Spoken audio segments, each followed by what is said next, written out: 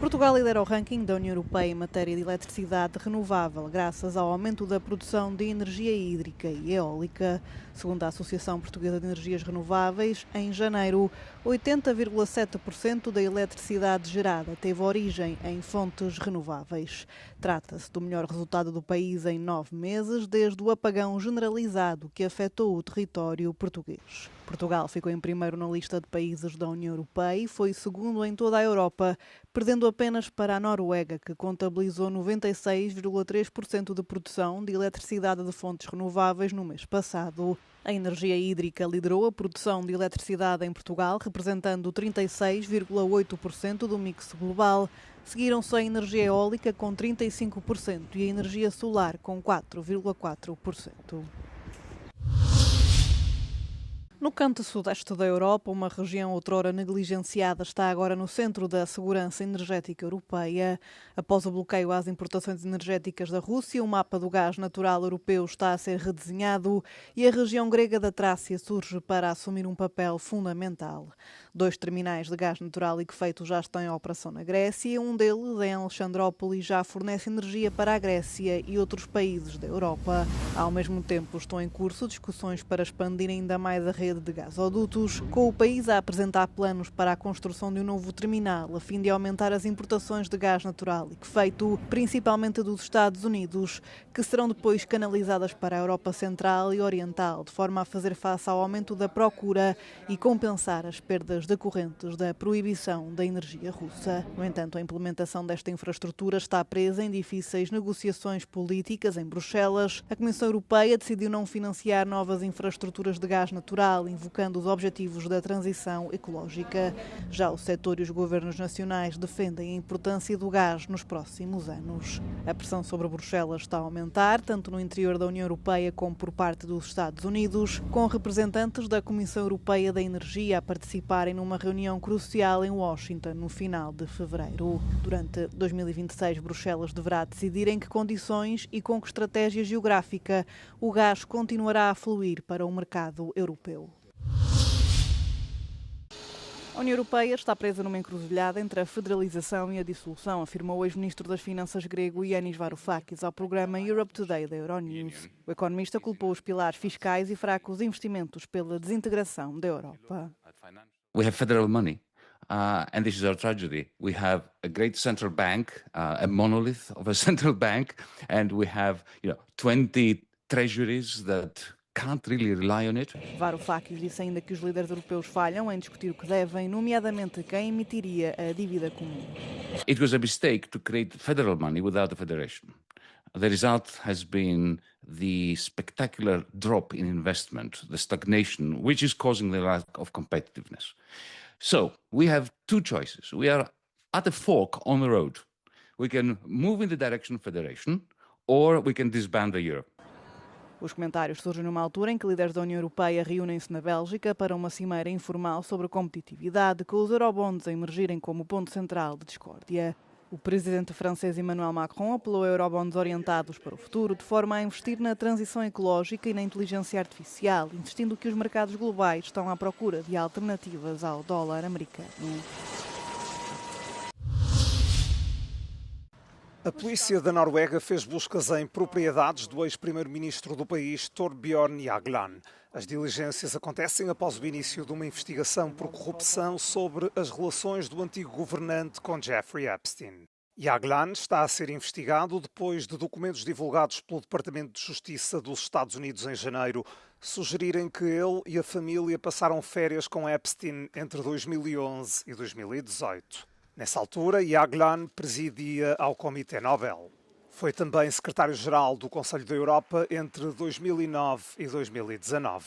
O organismo, sediado em Estrasburgo, fez saber que estava a dar seguimento a um pedido das autoridades norueguesas para renunciar à imunidade de que Jagland gozava em processos judiciais.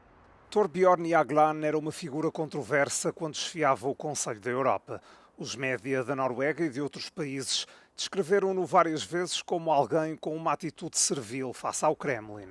Os últimos documentos divulgados pelas autoridades norte-americanas mostraram ainda que a princesa herdeira da Noruega, Mette-Marit, arrendou uma propriedade de Epstein em Palm Beach durante vários dias em 2013, além de ter trocado mensagens com o milionário. O líder da oposição húngara, Péter Major, acusou o partido Fidesz do primeiro-ministro Viktor Orbán de preparar uma campanha de chantagem contra ele. Afirmou que se trata da chamada ação compromata ao estilo da Rússia, com informação fabricada para condicioná-lo. Em causa, um vídeo sexual de Major com uma ex-namorada, gravado secretamente com equipamento de vigilância. O visado alega que foi seduzido por essa mulher para um local com álcool e drogas, mas que não consumiu qualquer estupefaciente. Acrescenta que teve relações sexuais consentidas com a ex-namorada. Major suspeita que o partido do governo planeia divulgar o vídeo.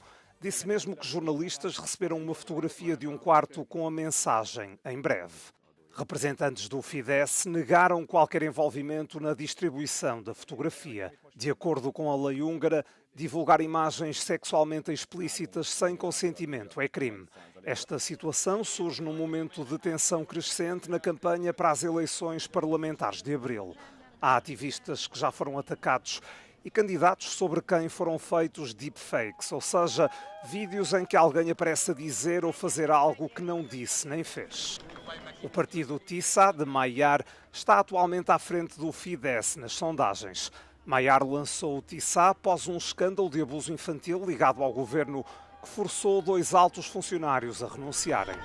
O escândalo minou a confiança de muitos húngaros na administração de Orbán e criou uma abertura que Major explorou para consolidar o próprio partido. O TISA representa o maior desafio ao domínio do Fidesz em anos. O coproprietário do Manchester United, Jim Ratcliffe, pediu desculpa depois de ter dito que a Grã-Bretanha tinha sido colonizada por imigrantes. Em comunicado, lamentou que as palavras tenham ofendido algumas pessoas no Reino Unido e no resto da Europa.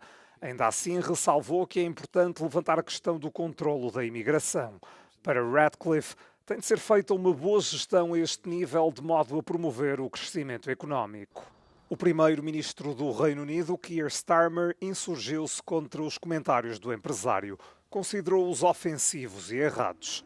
Um porta-voz de Downing Street acrescentou que as palavras de Ratcliffe são favoráveis àqueles que querem dividir o país.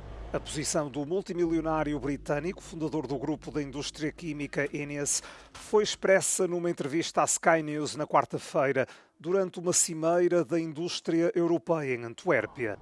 Ratcliffe afirmou que a população do Reino Unido cresceu de 58 milhões em 2020 para 70 milhões hoje em dia, números que o Gabinete Nacional de Estatísticas do país contestou. Segundo este organismo, a população estimada era de 67 milhões em meados de 2020 e 70 milhões em meados de 2024.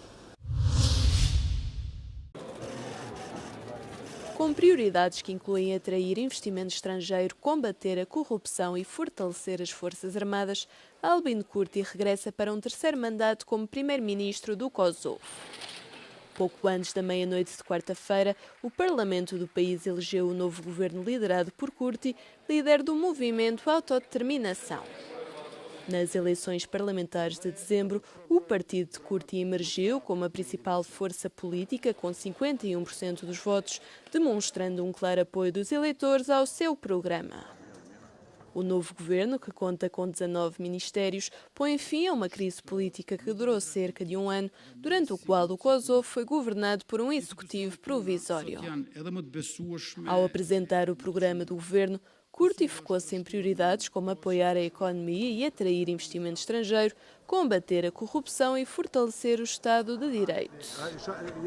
Kurti também fez referência à importância do diálogo para normalizar as relações com Belgrado. Apesar da sua vontade de negociar, destacou que não será possível avançar nas conversações enquanto a Sérvia se recusar a reconhecer a independência do Kosovo. A Euronews entrevistou António Najarro, o coreógrafo e bailarino que transformou a dança espanhola numa linguagem universal. Mis creaciones están en el deporte, en la moda, encima de un escenario, en el agua, en la natación sincronizada, o sea, en Disney. soy una persona muy abierta, que además estoy muy obsesionado en que la danza española se conozca en todos los sitios posibles. Con mis bailarines creamos toda la coreografía. Fue increíble porque ahí me di cuenta de lo que es el mundo Disney. Yo tenía numerosísimas videollamadas con los estudios de Disney. He llegado a estar con 40 personas, creativos que cada uno se dedica a algo muy concreto. Mis creaciones tienen un sello muy específico y muy reconocible. La persona que quiera ver un espectáculo de Antonio Najarro, aunque sea nuevo, aunque sea innovador, aunque trate un tema diferente, sabe un poco lo que va a ver. O sea, la idea va surgiendo, pero una vez que la idea está plasmada en el bailarín y la coreografía está creada, para mí tiene que ser perfecto. Para mí y para todo mi equipo. O sea, yo soy muy perfeccionista en coreografía, en iluminación, en vestuario, en el sonido, en todo. Todo tiene que estar muy equilibrado y perfecto. Intentar llegar a la perfección, que eso es imposible. Bueno, tengo la grandísima suerte, que es para mí lo más importante, que no pierdo la ilusión. Tengo mucha ilusión diaria. Hago cosas muy diferentes relacionadas con la danza. No tengo 2 días iguales, tengo además que es un poco, es un hábito que ha cogido mi vida. Cada día que me levanto con mucha ilusión porque todo lo que hago rodea mi pasión, que es la danza, y eso es algo que la danza me apasiona. Tengo esa suerte de que tengo algo que me apasiona y me puedo dedicar a ello. En Japón hay, me atrevo a decir, casi más conocimiento del flamenco y de la danza española que en España. Cuando eso pasa en otros países, luego llegas a tu país y dices, Dios mío, ¿por qué aquí no? ¿Por qué aquí no? Pero no por mi interés personal, sino porque haría un país mucho más, bajo mi punto de vista, mucho más evolucionado.